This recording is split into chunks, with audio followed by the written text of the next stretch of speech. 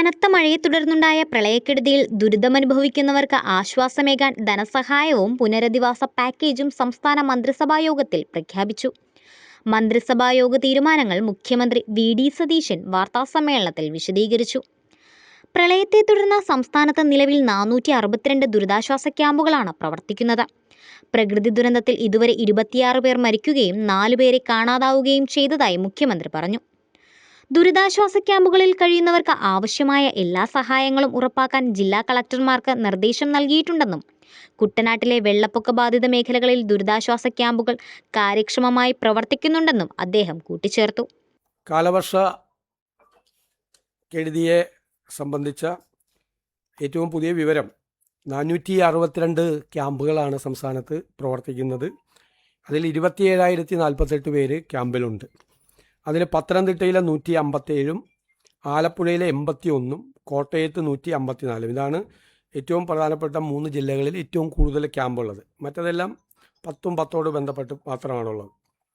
നമുക്ക് ഇതുവരെ റിപ്പോർട്ട് ചെയ്യപ്പെട്ടിട്ടുള്ള മരണങ്ങൾ 26 ആണ്. 11 പേർക്ക് അപകടം പറ്റിയിട്ടുണ്ട്. 4 പേര് മിസ്സിംഗ് ആണ്. അതുപോലെ 1882 ഹെക്ടർ കൃഷി സ്ഥലത്ത് നാശനഷ്ടം ഉണ്ടായിട്ടുണ്ട്. ക്യാമ്പിലെ രജിസ്ട്രേഷൻ അനുസരിച്ചിട്ടല്ല കൊടുക്കുന്നത്. ക്യാമ്പിൽ വരാത്തവർക്കും വീട്ടിൽ വെള്ളം കയറിയവർക്ക് കൊടുക്കും. ക്യാമ്പിൽ വന്നു എന്നതിൻ്റെ പേരിൽ വീട്ടിൽ വെള്ളം കയറിയിട്ടിലേക്ക് കൊടുക്കില്ല. ഇങ്ങനെ തെറ്റായ ധാരണ പരക്കുന്നുണ്ട്. ചിലപ്പോൾ കുറേ ആളുകൾ വന്ന് രജിസ്റ്റർ ചെയ്യുന്നുണ്ട്.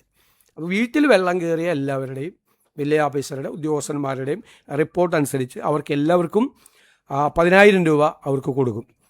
പിന്നെ മരിച്ചവരുടെ സംസ്കാര കർമ്മങ്ങൾ നടത്തുന്നതിന് വേണ്ടിയിട്ട് ഒരു 10,000 രൂപ അനുവദിച്ചിട്ടുണ്ട്.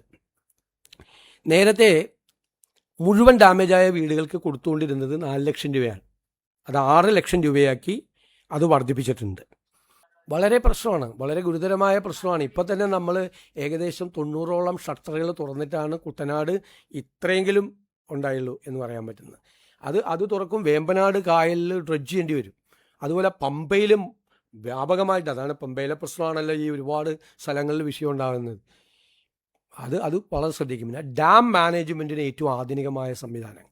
ഇപ്പം ഡാം മാനേജ്മെൻ്റ് എന്ന് വെച്ചാൽ ഡാമിലേക്കുള്ള വെള്ളത്തിൻ്റെ ഇൻഫ്ലോ, അതിൻ്റെ ഔട്ട്ഫ്ലോ, ക്യാച്ച്മെൻ്റ് ഏരിയയിലെ മഴയുടെ അളവ്, ആ മഴ പെയ്യാനുള്ള സാധ്യത, പിന്നെ റിവർ വാലിയിലെ താഴെയുള്ള റിവർ വാലിയിലെ വെള്ളത്തിൻ്റെ നില, അവിടെ മഴ പെയ്യാനുള്ള സാധ്യത, ഇത്രയും കാര്യങ്ങൾ കണക്ട് ചെയ്തിട്ടാണ് ഡാം മാനേജ്മെൻറ്റ് ഡാം തുറക്കുന്നത്. പ്രളയത്തിൽ ജീവൻ നഷ്ടപ്പെട്ടവരുടെ കുടുംബങ്ങൾക്ക് 8 ലക്ഷം രൂപ വീതം ധനസഹായം നൽകാൻ സർക്കാർ തീരുമാനിച്ചു.